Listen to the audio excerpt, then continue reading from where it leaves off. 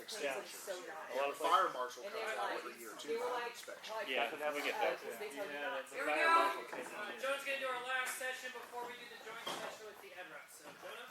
We don't want the address. So I'm gonna do on-site repairs. I sent everybody I sent it to the repairs, but I made a little list of the tools that I would bring. If somebody wants a hard copy, I have a few copies here. But just check your email. I just made a little list of some stuff that I put in my toolbox. So you're at contest or an audition or something else. You don't know what's gonna come up to you, but some things that you're probably going to be comfortable with is a trumpet. Kid walks up to you with a stuck valve. You do your normal stuff. We'll check our valves and our other casings. So we'll take 2 and put it in 3 and see if that fits. Good luck getting number 2 out of that one. You might want to try 1 and 3. We fixed it good. That one was retired for the second valve. Yep. Yeah. So, let's see. I have a little bucket or something that I keep with me just to throw this in. And I like to use a bucket over a screw board or something just because we have a whole multitude of instruments that could walk up to us. So we will take our other ones, just make sure it works in our other casing. And it does. If not, we might use a valve expander. So the Voton ones have a T-handle that you can do this. You can use that with. Sometimes, if we have one like this that doesn't have a T-handle, I might get some vice grips just to hold this end. Or I have a small table vise that can just clamp onto the side. Because you never know where you're going to be, if you'll be outside, if you'll even have a table. Hopefully you'll have one, or you can bring one yourself. The other thing is third slide. Any of the fast slides, really. Somebody is doing a visual or something, and they don't have the third slide lock, and it comes out, and it falls, and now it won't go back in. Most of us will probably go for an expander like this, something might throw in my tool bag, but I tend to overdo it a little bit and make it too big to go back in. So I may go with a set of tone hole pliers. Music Medic makes these. They are half round on one side. And the big ones are actually the perfect size for the inner slide tube of a trumpet, and we'll just get it back round. And if I go too far with the pliers, I still have the ability to bring it back down to make it fit with the same tool. So I'm not running around searching through my toolbox, taking more time than I need to. It is good enough to get through the contest.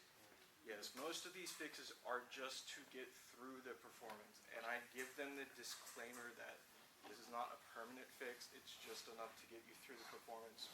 Bring it to a shop, bring it to our shop, bring it to your shop, but get it fixed. One of the other things that I have seen a lot is a tenon cork is just falling off.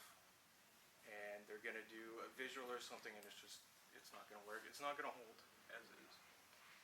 Some of us may have the Valentino Precut stuff, but it can be expensive if we're buying a lot of it. Something that's a lot less expensive is moleskin. We have this. You get 5 sheets, and it's 75 cents at Walmart. We have a sticky end. So we're going to do it pretty similar how we're going to do a regular tenon cork. We'll just measure it real quick. Take our straight edge.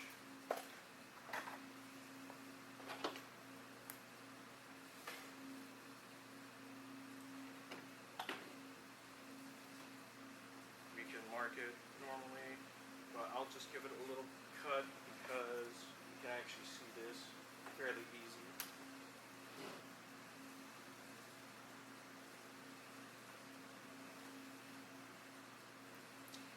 The moleskin is typically cut pretty straight, so you can just take the edge of your straight edge and line it up along this, and it should be square enough for you to get through.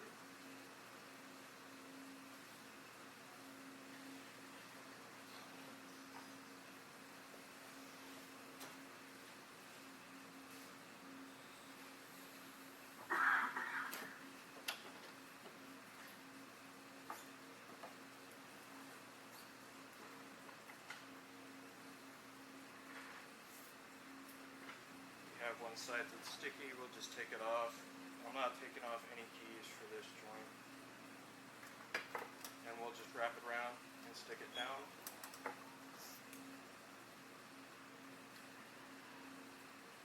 It will overlap just a hair, not too much, and I'll cut off the excess.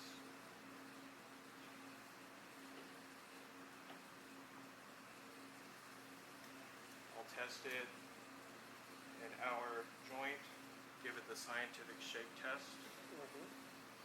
It's still a little bit loose and a little bit wobbly, so I will take some plumber's tape, some Teflon tape, just to get it enough to where it won't fly off. So I will get it started, give it a couple wraps. I will leave it attached and test it. They've been a little bit much, but we don't want it to come off at all. And I will either tear it or cut it just flush enough just to get them through the performance.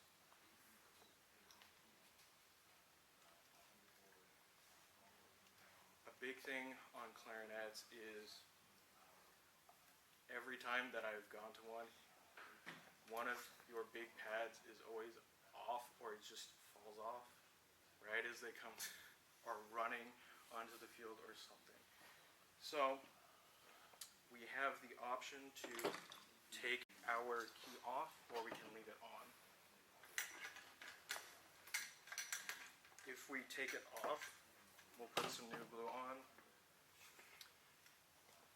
and whatever adhesive you like to use, go ahead and use that. But I like to use shellac just because of how quickly it sets. Because the kid's in a rush.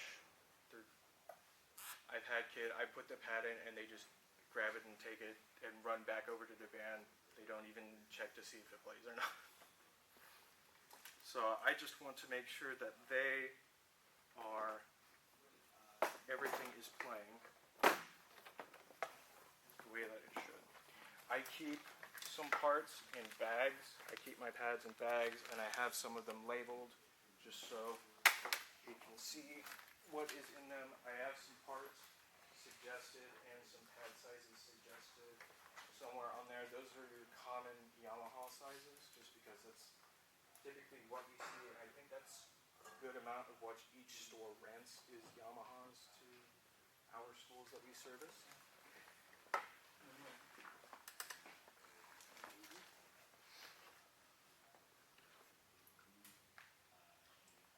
Lastly, on woodwinds, specifically saxophones, there's nothing actually wrong with it, and they come up to your workbench and they're like, it's not playing right. It was playing fine at prelims, and now we're going into finals and it's not playing.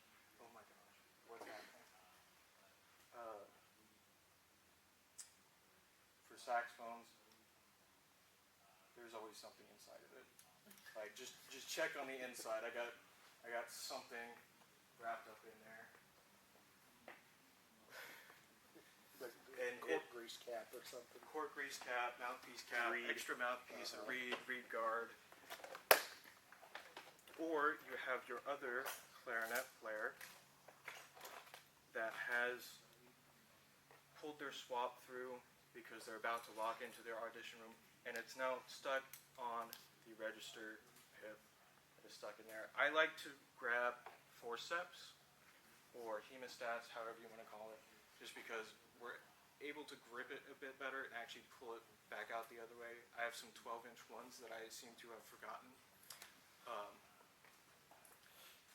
But I find that the forceps are a little bit better to grip than to just kind of push it back through with something else.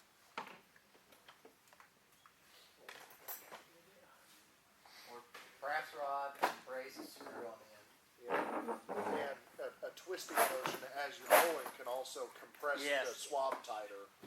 They can, but Help it slip out. I'm sorry. It can. yeah, you twist it. That's what we mainly use. They work great. Try not to use screws on the inside of oboes. Ever. Yeah. You have a couple of other instruments that might come up to your bench is a drum with a broken head. How many of us know how to change a drum head? Alright, for those of us who don't know how, I will give us a quick walkthrough of how to do that. So a kid walks up to you and says, "Oh no, my drum head's broken. What do I do to fix it?" So first off, I will disengage the snare, put it back down. Let's imagine this as an analog clock. Close to our logo will be 12. We will take a drum key. This is a high torque drum key, just because of how long it is. You have some shorter ones that are maybe yay long, and then you have some ratcheting ones. But the high torques are good for also harnesses and that kind of hardware that's on there. So righty-tighty, lefty-loosey. We'll start at 12. We will go to 6 o'clock and just loosen that a little bit. And then we will continue in a star pattern throughout the rest of the drum. We'll go up here next, and then go across. We're not going to loosen all the way just yet, just to where it's loose enough to where we can start undoing it by hands.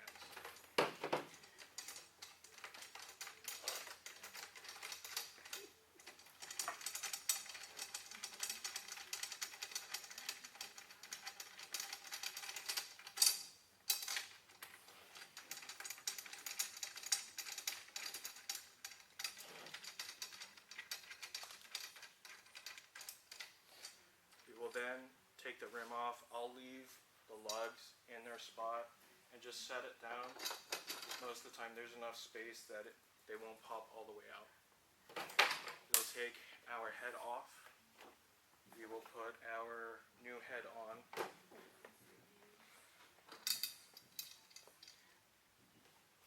I will line. This is a matter of opinion, I think. On where to put the logo on it. Some people put it next to a lug, some people put it in between. If there's another snare drum player or drum player next that has come over with them, just look over and see where the logo's at and try to match it, if somebody happens.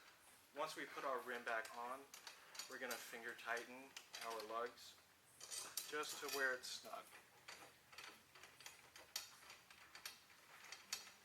So Jonah, would you suggest that we take a couple different drum heads with us to contests? Yes. I know everyone has their preference of drum head, but I mean, if beggars can't be choosers. Yes. I would talk to an ed rep just to kind of see what drums might be taken, because they know probably better than you what drums each school has, that a school that you service will be there. Especially if it's like one of your big schools that you have is usually a high contender in that competition, usually a winner, third place, whatever, you know. It's kind of good to go with their brand. Yeah. Yes. Some of these schools use Kevlar heads and stuff, so I mean, I don't know how far you want to go with it. Right. sure you're Especially if bringing you're marching. snare head, not a concert. Yeah, that's Yes, true. that is true. And, some of these guys play quads and twins and everything else, and so I don't know how far you wanna go with it. But Yes, you definitely wanna make sure you have a marching snare head at least. Yes. And if you're in a rush, they do make a bit that goes in a drill bit. Yeah. And it goes in a drill. Yes. And you can just That's how I do it. really fast. That's how I do it. Yes. Just have to go.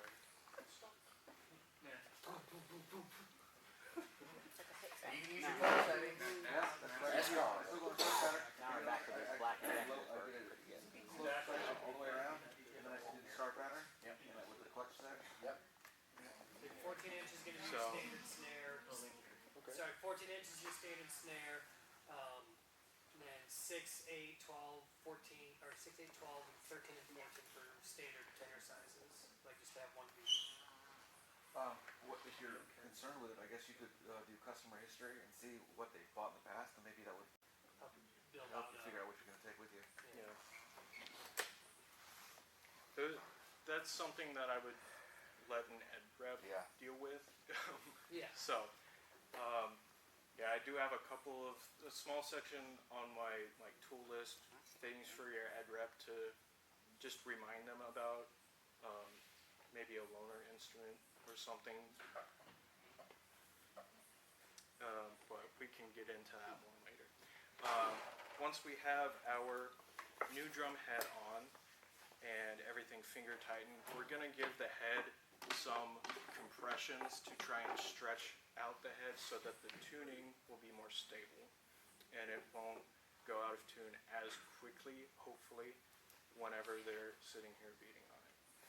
So after we've given our stretch, we will go back with our star pattern to tune it, and we can go a little bit more just because it's only finger tight, and go in, continue in our star pattern.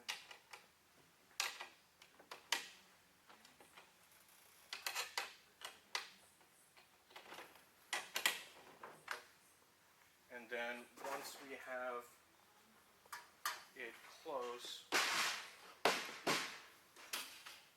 with the snares off still, we're gonna go close to our lugs and find a pitch, and we're gonna go across and see if it's close, continuing in our star pattern. If there's a place that is higher,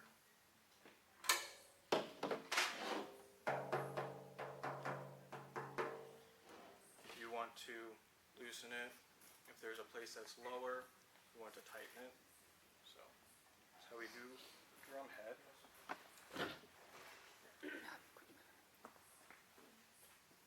One of the other things that is getting common in the front ensemble is guitars. Bass guitars, electric guitars. Now, you have somebody who's tuning their guitar and then nothing's happening. And oh, what's that? What's that? My string's broken. So, how to change a guitar string. What I grab is just some Ernie ball, just because it's not going to cost the company a whole lot. I'm pretty sure it's one of the things that we have the highest margin on. I do have a couple packs of strings. Your lower number is the thinner string, and your higher number is the thickest string. If you don't know the tuning of a guitar, from the thickest string, the lowest string, the tuning is E, A, D, G, B, E. So that's what we will go to. When we open a pack of guitar strings, they will be in individual envelopes, and they will be numbered. Just check the front of your packaging to what will be the highest string or whichever string you're looking for. Your higher number is going to be your thickest string. So wound up like this, don't pull on your ends. Actually unwrap it. If you pull on your ends, you'll tie a knot in it and crimp the string, and it will not be good. On your two ends of the string, you have a ball end and a tag end. That's just what I'm going to call it. And then everything in between that, I'm going to call it the body of the string. Before we do anything else, the hole on our tuner, I'm going to line that up with the neck so that we are going this way and everything's going to be fine. On the tag end of our string, I'm going to give it a little bit of a bend up just to get up over the saddle. Some guitars, it goes through the body, and you will see some holes on the back here. So just take a quick look at that before you start doing anything. Put our string in.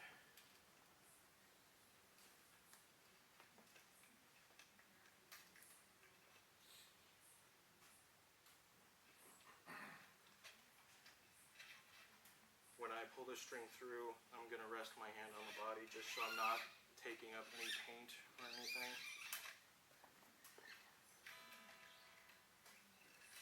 And then we will feed it through our hole. Here, I will take the string in these three fingers and kind of point, and I'll go on the 12th fret, and that's typically your 2 dots, if you have dots. And I'm just going to measure it out, just touching my string. If you have smaller hands, I might go a little bit more. And this is so that when we start tightening the string, we don't over tighten it and pop the string again. So from here, I will start turning. Try to match the same direction of the string, whichever side of the peg it's going on. And then we will keep turning. As our tag end gets to the body of the string, we're going to put the tag end under the body of the string.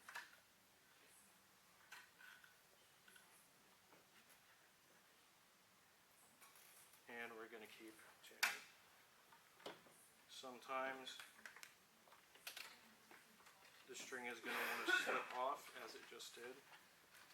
So just make sure we have the same length and go back to how we were doing. I do have a guitar binder. If you don't know how to use it, it just pops on the end of your tuning peg. Try to show y'all.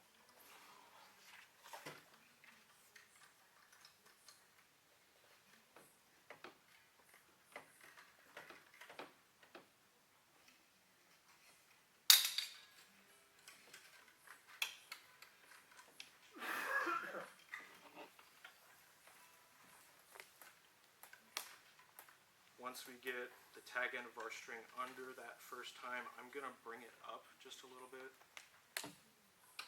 just to kind of have it out of the way. So we will keep turning, and I'll put a little bit of pressure down just to keep it from popping over the top right now. As our tag end comes back around this time, we're going to go on top of the body of the string. As we get around that, so we went under the first time, and now we're on top. This is creating an anchor. It's pinching that as we're tuning it, so it's not going to slip anymore. Once we get close, we will have the tuner. I keep one, because there's always a flute player that comes up and asks me if I have a tuner for some reason. This is the lowest string, so this is an E.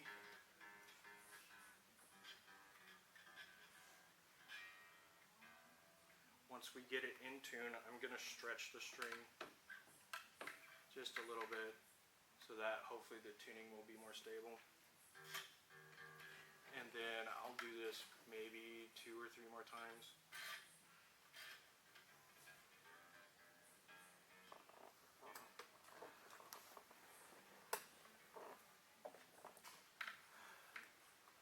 And then once we have it in tune for our last time, some of these guitar winders have a little clipper on the end, so we can just cut off our excess. And we will have a new string on. Cool.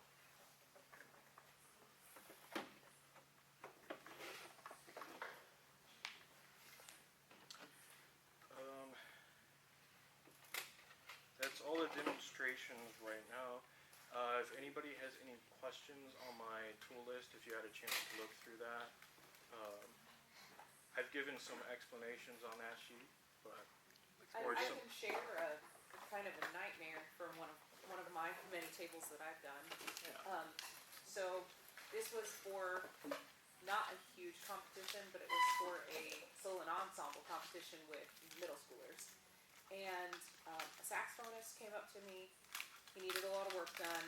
I went through, and he had like 2 hours until his performance. And so I went through and I actually did a lot of the repairs for him.